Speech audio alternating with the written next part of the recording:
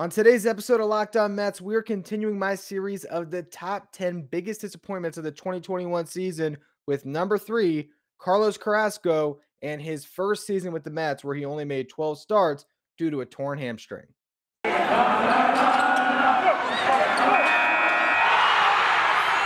are Locked On Mets, your daily New York Mets podcast. Part of the Locked On Podcast Network, your team every day.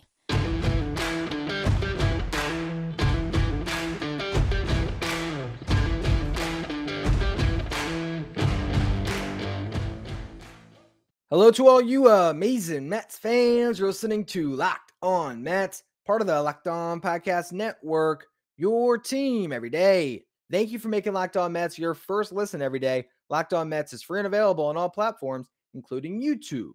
Now on today's show, as we continue our top 10 series of the biggest disappointments of the 2021 season, it's all about Carlos Carrasco, who comes in at number 3.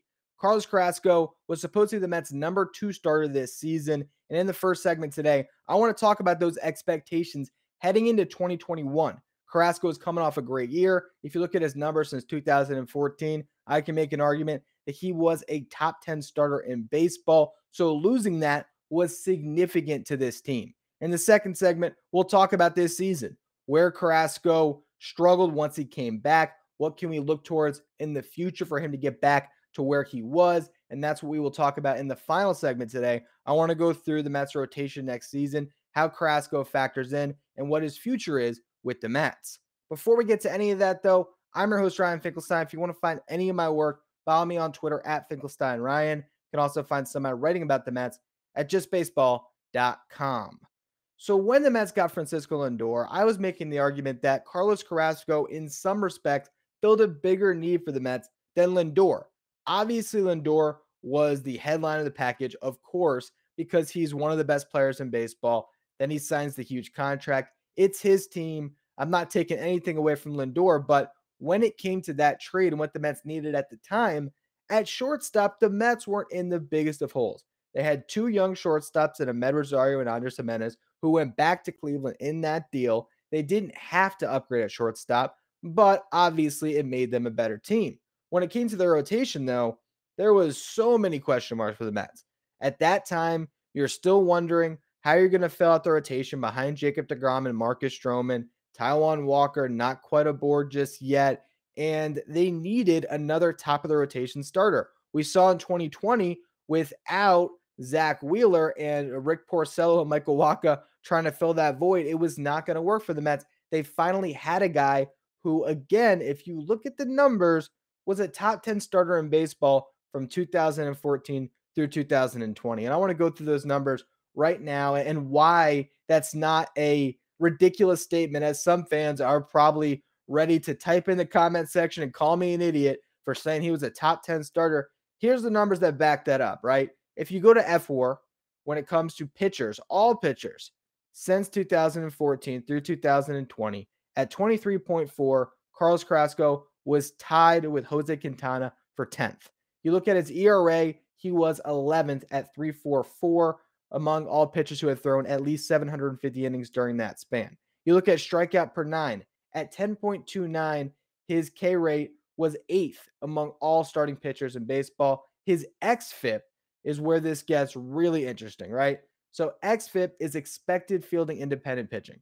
And Fangraphs says it is a statistic, that estimates a pitcher's expected run prevention independent of the performance of their defense.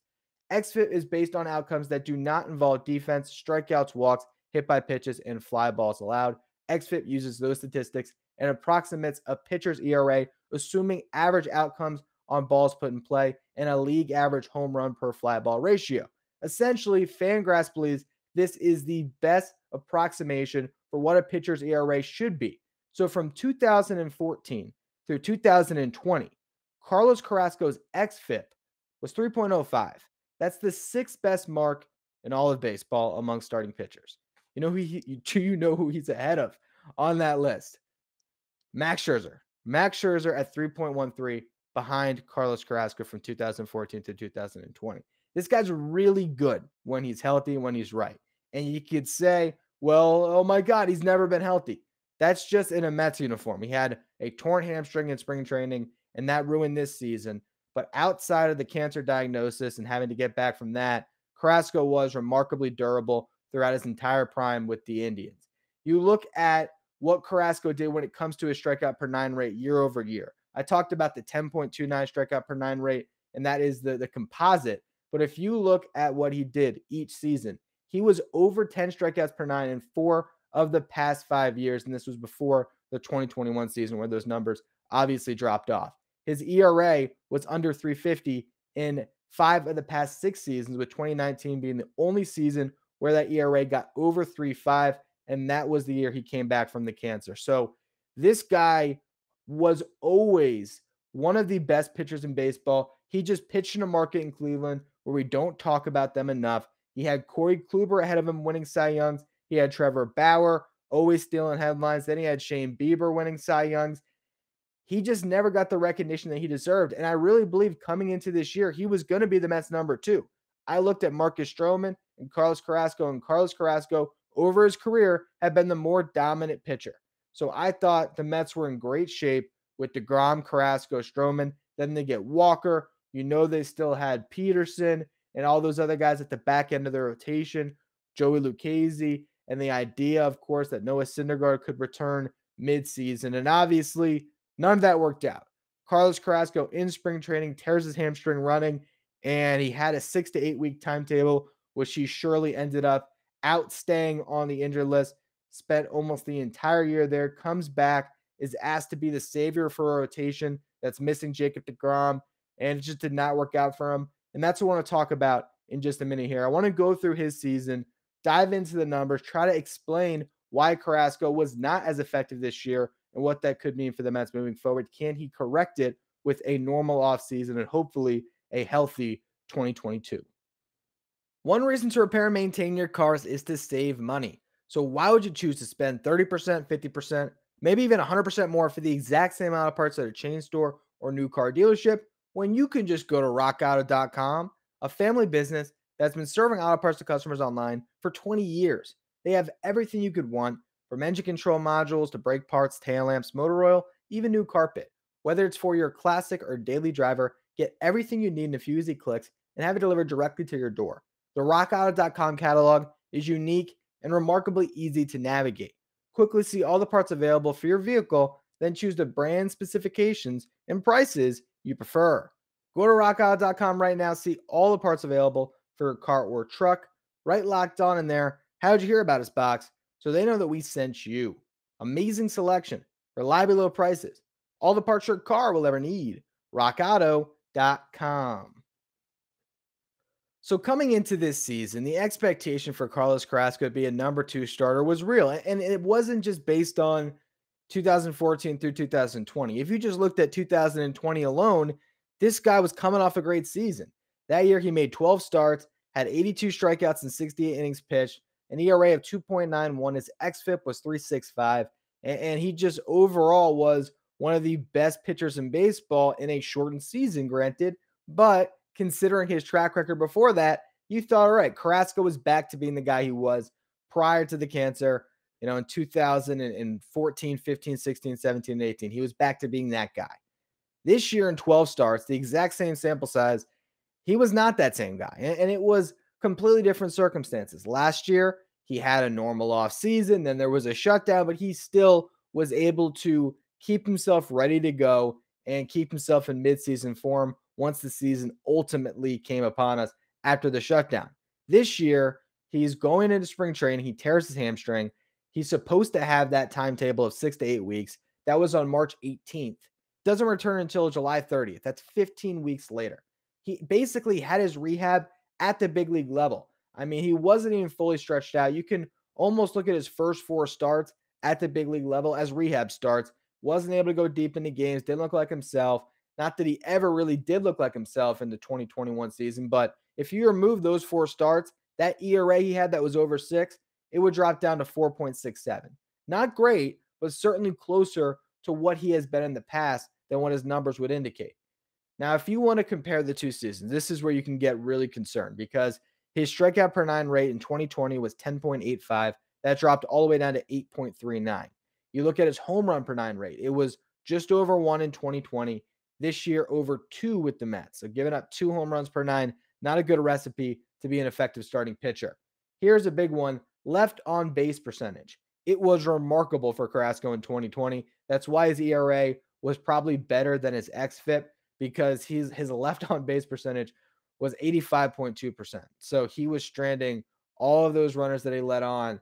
That's pretty remarkable. This year, it was at 63.1. You look at his career number, it's at 73.5, which is on line with Marcus Stroman's for career number at 72.4, and Jacob deGrom being the best pitcher on the planet to kind of illustrate that difference there. His left on base percentage for his career is 79.6, which is ridiculous. But you go back to what Carrasco did this year, his X-Fip of 4.32 paints a better picture for what he produced as opposed to an ERA, which was nearly double or even more than double what he put up in the 2020 season, which is still concerning.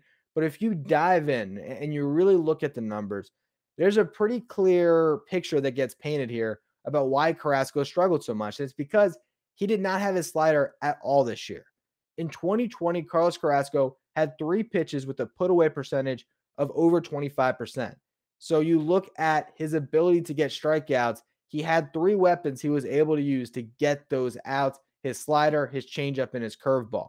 This year, his slider was the only pitch with a put away percentage over 25%, and it was the worst slider he's thrown maybe in his career, dating back to 2016, which is when they started tracking vertical drop when it comes to sliders, fastballs, all the pitches on Baseball Savant.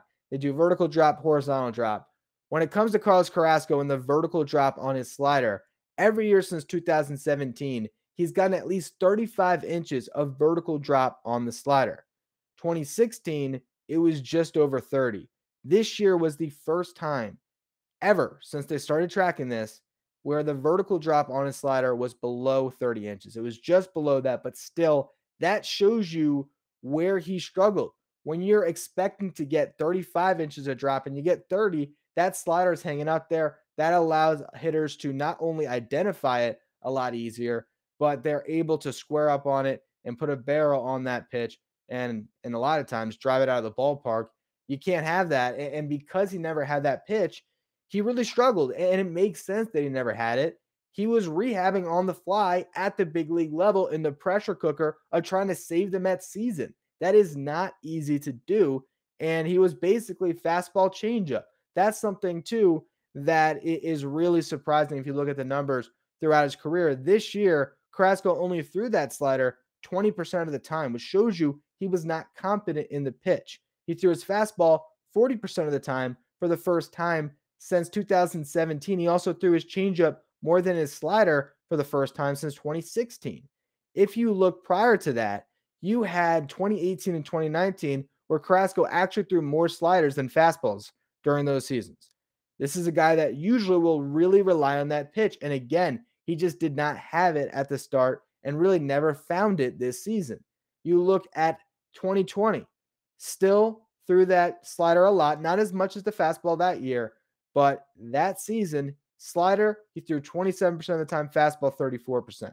You look at this year, and again, those numbers dropped off a cliff. So when you're looking at a pitcher who's generally going to rely on a plus slider and he doesn't have it, of course, the numbers aren't going to be there. And the more you dive into his Baseball Savant page, you just see that this was not the pitcher that he's been throughout his career. It's just that simple. The closest season he had to this one was 2019, where again, he didn't have his normal routine. He comes back and he's trying to find himself after the cancer. It was a really tough season for him then. And this was another one where he just was never able to have that routine. And when you are a professional that's been in the big leagues as long as Carlos Carrasco, you need that routine. You need that normal off season, the spring training, to be able then to stretch out, get yourself ready to take the ball every 5th day. He didn't have any of that. So when I look towards the future and what he's going to bring to the Mets next year, I still believe that Carlos Carrasco can be the number 2 starter for this team. I really do. I think that if you look at some of the other things, you look at his pitch velocity, that didn't dip at all. I think he still has enough life in that arm, even though he's going to be 35 years old, but he needs to get that slider back if he wants to be effective. That's what we're going to talk about in the next segment, though. What are the Mets going to do in 2022 with Carlos Carrasco, and what's his future with the Mets, along with the future of the rest of this rotation, because there is still a ton of question marks moving forward. All eyes are on the gridiron for another football season, and as always, BetOnline is your number one spot for all the pro and college football action this season. With a new updated site and interface, there's now even more odds, props, and contests available at betonline.ag, which continues to be your number one source for everything football. Head to the website or use your mobile device to sign up today and receive your 100% welcome bonus. That's double your initial deposit just for signing up by using the promo code NFL100. From football, basketball, baseball, boxing, right to your favorite Vegas casino games, don't wait to take advantage of all the amazing offers available for the 2021 season. BetOnline is the fastest and easiest way to bet on all your favorite sports. BetOnline, your online sportsbook experts. So obviously, there are plenty of question marks for this Mets rotation next year, and Carlos Carrasco is a big one. 35 years old, what are you going to get from him? Can he stay healthy after this injury-plagued season? The one thing I would say, though, when it comes to the injuries and the age is, for one, we are seeing pitchers older and older be able to find a way to pitch at the big league level and be successful. Whether it's Max Scherzer, Justin Verlander, Charlie Morton, Rich Hill this year at 41, still found a way to be effective for the Mets down the stretch. Carlos Carrasco still throwing upwards of 93, 94 miles per hour. If he gets that slider back, as I said, he's going to be fine. He's a pitcher that has a lot of IQ, has been through this game a bunch. I think he'll make adjustments to the National League. He'll be fine. He just has to have a healthy offseason, a healthy spring training where he can ramp up, get his arm ready to go, and then I think he'll be just fine to be your number 2 starter. But without Marcus Stroman, potentially, with Jacob deGrom coming off an injury-plagued year, with Noah Syndergaard potentially pitching on the qualifying offer, coming off Tommy John, with Taijuan Walker having that bad second half, with Tyler McGill and the massive innings jump that he just went through, with David Peterson going through the injuries and a really bad sophomore campaign, it's a lot of question marks. And honestly, I think that you can bet on some of those question marks coming through for the Mets, and the Mets having some success with guys like Carrasco and Walker pitching much better in the first half and the second half next year than they did in this second half of the 2021 season, where they both were not very effective. I would imagine Noah Syndergaard's going to have a big year pitching on that qualifying offer. I certainly hope Jacob deGrom's healthy, and that's the only question with him. So the Mets rotation is still in pretty good shape right now heading into 2022. You got to add an arm to replace Marcus Stroman. Maybe that is Stroman coming back. And one thing that I would note, as I really dove into the numbers here, I don't think I have been correct with the way I have been painting this picture heading into the offseason when it comes to the money the Mets have allocated in their starting rotation. I've talked in the past about having Jacob deGrom and that big number, having Noah Syndergaard in the qualifying offer, having Taijuan Walker and Carlos Carrasco, and that's a lot of money already committed to your rotation. But the more I dive into it, it's actually not as bad as you would think, right? Because you have Syndergaard coming back on a qualifying offer that's going to be 18.4. And again, I'm assuming that's going to come through because all the reporting so far has indicated that Syndergaard will be back. You have Jacob deGrom, who is supposed to be making upwards of $30 million. Because of deferral, his yearly cash that he's actually taken home is 18.5. So right there, those are your two big earners in the rotation. From there, you got Carrasco, who's going to make $12 million next season, and Taijuan Walker, who's going to make $7 million. So suddenly you put it all together, and you're talking about $56 million for the Mets rotation, somewhere in that ballpark, before you address Marcus Stroman and maybe get another free agent or bring him back. So it's not as crazy to think, all right, let's give Stroman $25 million, because you look at the rotation and it's not as expensive as I foresaw. I thought Carrasco was going to be making 14. That's actually a vesting option for the following season, where if he pitches 170 innings in 2022, he gets that option. The Mets have a buyout on that vesting option of $3 million. But at $12 million, Carrasco is still very affordable. Taijuan Walker at $7 million is a bargain. Even though he was not great in the second half, he was still an all-star in the first half. I still think he's a pretty safe bet at that number. And again, I think after we just watched what Stroman did with the qualifying offer, I would expect Syndergaard to do something similar and maybe even outpitch the value of that contract. So that does open the door for you to bring Stroman back. And the other thing to think about is the books get really clear after 2022. When it comes to that option I just talked about with Carrasco, it's pretty easy for the Mets to keep him under 170 innings if things aren't going well. Quite honestly, he probably won't get there if he's not having a great season anyway. But if it does come to that point where Carrasco is just washed, you can pull him from the rotation, make sure he doesn't get to that 170. He'll be off your books. Taijuan Walker has a $6 million player option. That certainly is not enough money that's going to prohibit you from signing a different starting pitcher to a long-term deal this offseason. Syndergaard has the qualifying offer. deGrom has the opt-out. The books are pretty clear in that rotation moving forward, and that is one reason why you might decide to bring Marcus Stroman back. With all these question marks, he is a constant. He's going to take the ball every fifth day. He's going to give you a chance to win, and that is pretty valuable to the Mets moving forward. So I've kind of been on the fence with this one. I still might switch my answer on what I would prefer the Mets to do as this offseason progresses. But Marcus Stroman fits this team a little bit more as I dive into the numbers and realize how, for one, cheap Carrasco and Walker are moving forward. The fact that you can be out of those contracts following next season, and how outside of wanting to keep Jacob deGrom, there really is no long-term starters in this rotation right now. You got someone like Tyler McGill who impressed, but certainly hasn't solidified that place. There's no other prospects you can say right now that are a definite lock to be in this rotation moving forward. And that is why you go into this offseason still needing to address that rotation in some way. But I do believe that the floor for this rotation starting right now with Jacob deGrom, Carlos Carrasco, Taijuan Walker, Noah Syndergaard, Tyler McGill, and David Peterson, it's a good place to start. The Mets just have to build out that depth because, as we saw this year, with an injury like Carrasco's hamstring, with Jacob deGrom, you just never know when it comes to starting pitching. You can never have too much. So it's going to be a fascinating offseason for the Mets. We will see how all this shakes out, but that's going to be all for today's edition of Locked On Mets. As always, thank you for listening. Make sure you follow, rate, and review wherever you get your podcast. Make sure you follow me on Twitter at Finkelstein Ryan. Follow the show at Locked On Mets. Thank you for making Locked On Mets your first listen every day. On tomorrow's show, we continue this series of the top 10 disappointments of the 2021 season with number 2, the Mets offense. What would that leave for number 1? You'll have to keep on listening to Locked On Mets to find out. Now for your second listen today, check out Locked On MLB. Playoff baseball is still going on, and Sully has you covered for everything happening this October. Follow Locked On MLB wherever you get podcasts.